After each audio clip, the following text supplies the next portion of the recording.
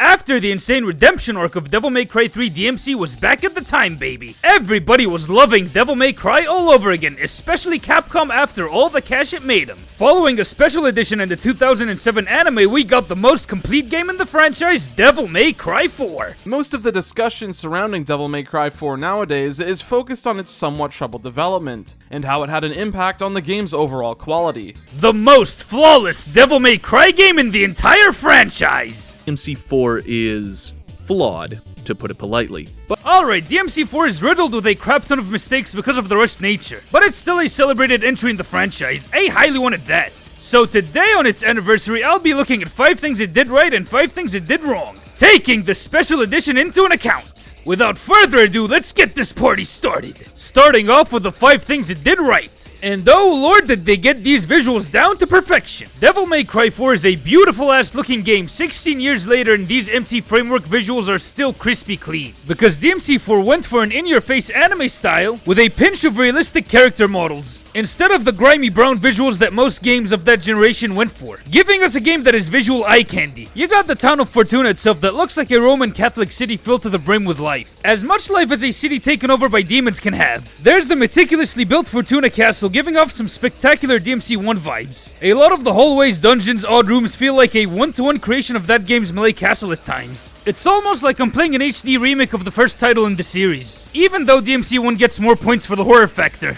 The game has a forest, that place looks pretty and majestic. Like DMC2, 4 has an industrial stage, Agnes's lab. It's a lot more lived in than the labs in 2. It also helps that it doesn't overstay its welcome. Another area we got is the Order's HQ. Visually, that place feels like Symphony of the Night at times. Well, it did for me anyways. Even the character models are stunning to look at, including Nero's punkish Ichigo aesthetic. To the Giga Chat build of Uncle Dante, he must have been eating strawberry sundaes made from creatine to get this jacked. Plus, the Order members looking divine and pristine like the Catholic Church members. The second thing this game got right is the Order of the Sword concept. Let's be real, we're talking about a universe where an ultra-powerful demon knight did a full 180 on the king of the underworld, killing a lot of his minions, saving humanity from the brink of extinction, sealing demons away in hell, separating that dimension from the human world. There was bound to be an entire religion around the demon knight.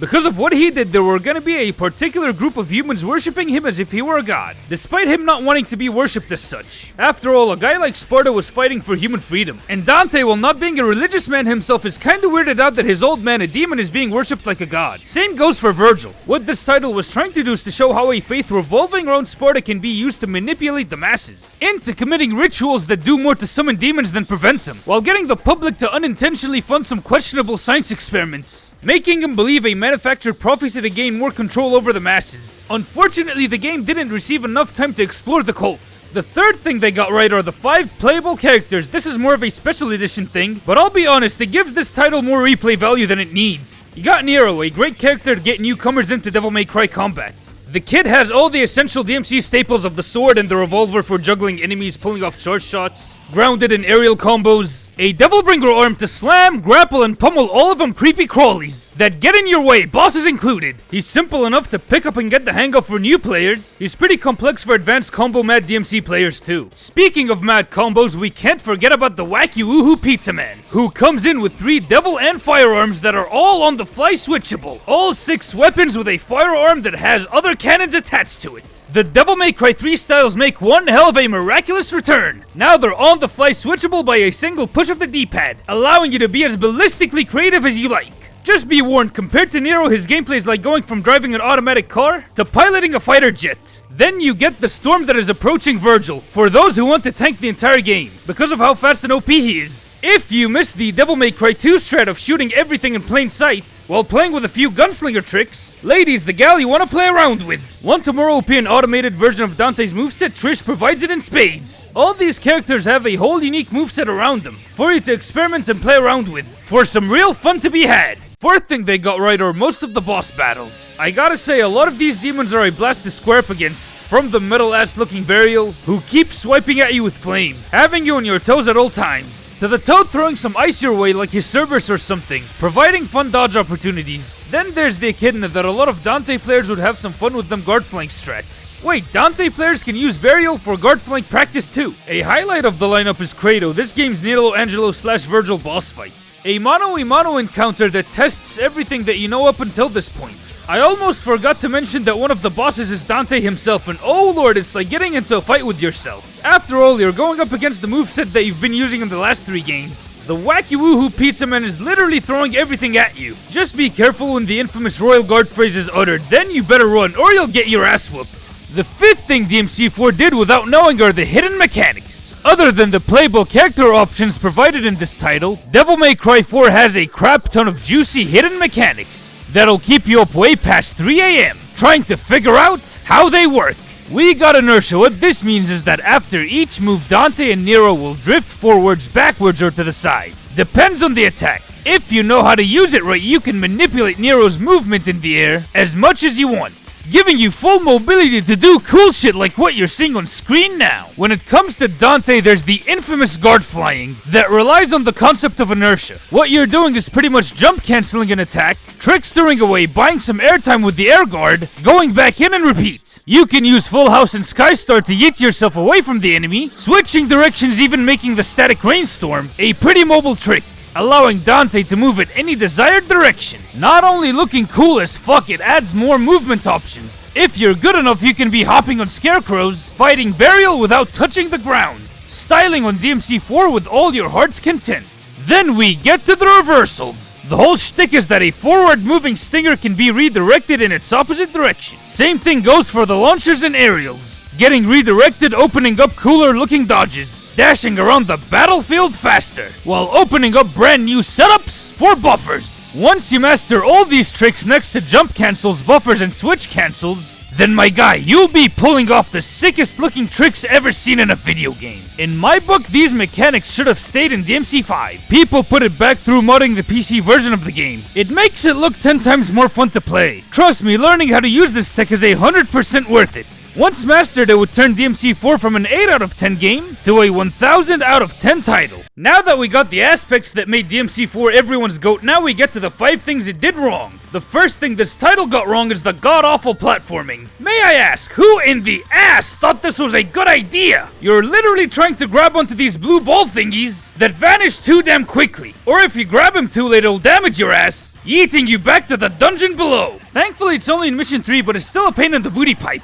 The other thing DMC4 got wrong is Nero, the new character. The past DMC games all revolved around the wacky woohoo pizza man himself, Dante. He started the franchise, he's been the one carrying it throughout the PS2 era. Up until now, quite frankly. At the time, this was the first Devil May Cry game to make it on a new generation of video game playing plastic, and the second DMC to go multi-plat. DMC3 was the first one to take the leap outside of the Sony umbrella. What Itsuno decided to do is introduce a new protagonist, Nero. Gameplay-wise, he's a ton of fun to mess around with, plus having a beginner-friendly moveset. As a main character, story-wise, he's a pretty cool Final Fantasy protag on his own. His wisecracking antics, cracking jokes at demons makes him a likable chap. And his short temper reminds me of Ichigo from Bleach, plus a certain man of motivation. But here's the thing, he looks a lot like and acts like a made-in-China version of Dante. Similar hairstyle, same sort of clothing, even the attitude feels like wacky woohoo pizza man light. I know the color scheme is different. A lot of his drip and mannerisms have a good bit of Virgil in him, implying that he's his own son, and all that good stuff. But it feels like they wanted to focus the game entirely on Nero, even if it means shafting Dante to the side.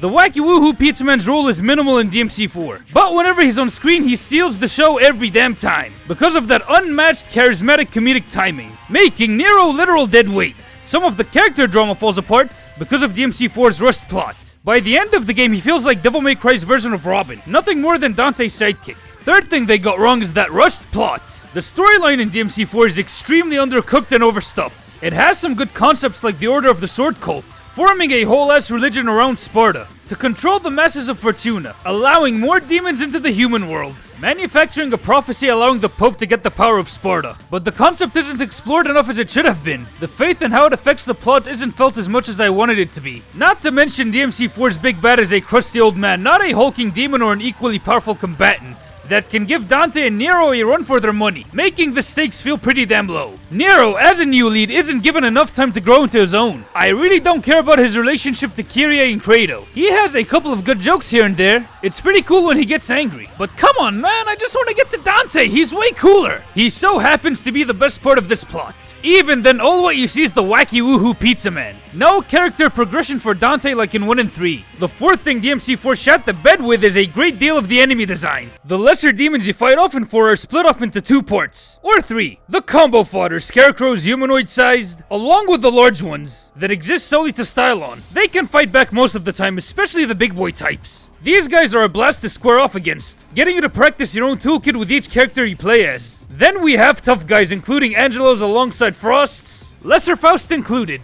Now these boys are hard hitters out of the gate, being out for blood staging a straight up attack. I'm mainly talking about the Angelos, not to mention them having ways of blocking your attacks, to hit you up with the spear or the sword. If you're not careful enough, you can get your ass handed to you. Them Frosts can start swinging violently, might I add, like in DMC1. They can throw projectiles at you, AoE ice pillars, at the same time. Fighting off a whole room full of them is bound to coin the phrase Dante must die before you unlock the difficulty. These devils can ruin your day, but if you get to know their attacks, you'll find yourself comboing them in a heartbeat, and farming some royal rage as Dante. Be sure your timings are royal blocked here. The lesser Faust can be a pain to deal with, going through walls and shit. On the contrary, summon swords, honeycomb fires, royal blocks can put them in line to get flattened. Then we have the stinkers, including the steel shark thingies, always popping out randomly, being an impossibility to catch at times. Attacking at random doesn't matter who you're controlling. Then we get to them plant thingies. On their own, they're brutally weak. The problem comes in when the parasite latches onto a lizard or scarecrow. They'll deal damage to you when they're down or airborne. I mean, what the shit, Biscuit? You can't combo these guys enough for an S rank. Lessening your stall points for the end mission ranking, forcing you to stand back and shoot. On to the Blitz fucker, a royal pain in the dick.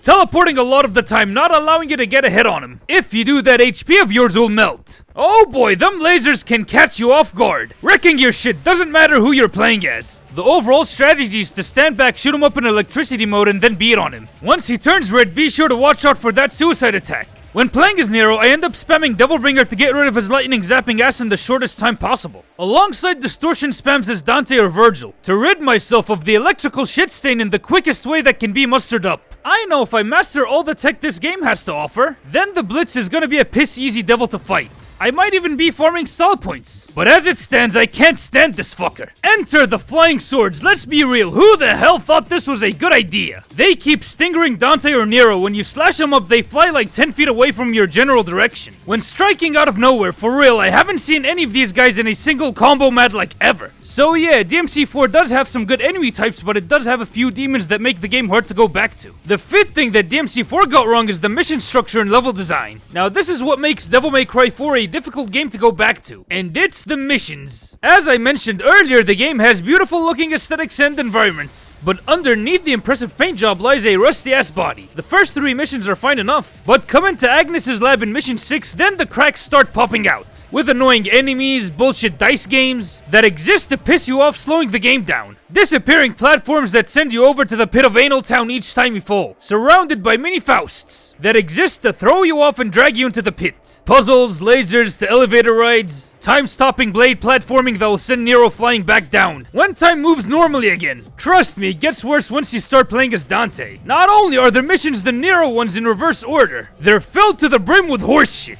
The kind of Awul movements that Garyon would release. Mission 12 is alright for the most part, but the damn portal system in Mission 13 confused the hell out of me when I first played it. Mission 14 has the worst hazard of all, the poison ivy plant that sucks you straight into the anal dimension each time you step on it.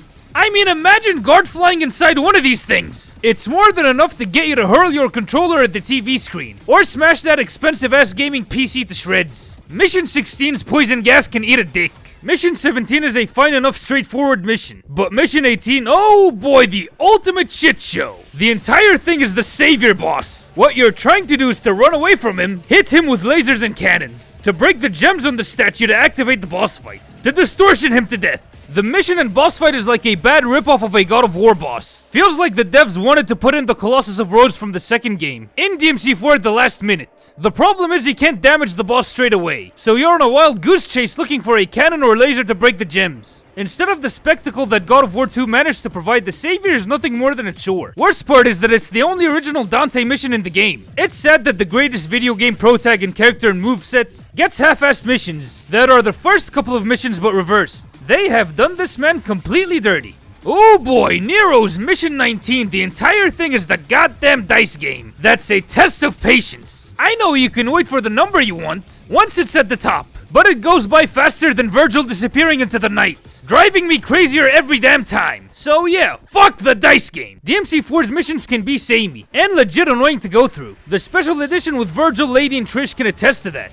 Playing the campaign over and over again as the other characters further highlights how bad DMC4's mission structure really was. The missions do look pretty, but they can turn away anyone from going back to it. So yeah, Devil May Cry 2, it ain't as bad as people make it out to be gameplay-wise. There's some fun to be had playing this game. It's not as good as the first game or the other Devil May Crys, but it laid down the foundations that made the following titles better. With that, we come to the end of this video. What were your guys' thoughts on it? And what did DMC2 get right and wrong? Let me know in the comments down below. I really like to thank everyone for getting me to 2,491 subscribers. I am truly thankful. If you liked this video, be sure to hit the like button and smash the subscribe button real impact style. Shoot the bell icon with an ebony and ivory bullet to get notified of whenever I drop a brand new video, Devil May Cry or other action game related. This has been the Devil Joe signing out, and happy 22nd Devil May Cry 2 anniversary.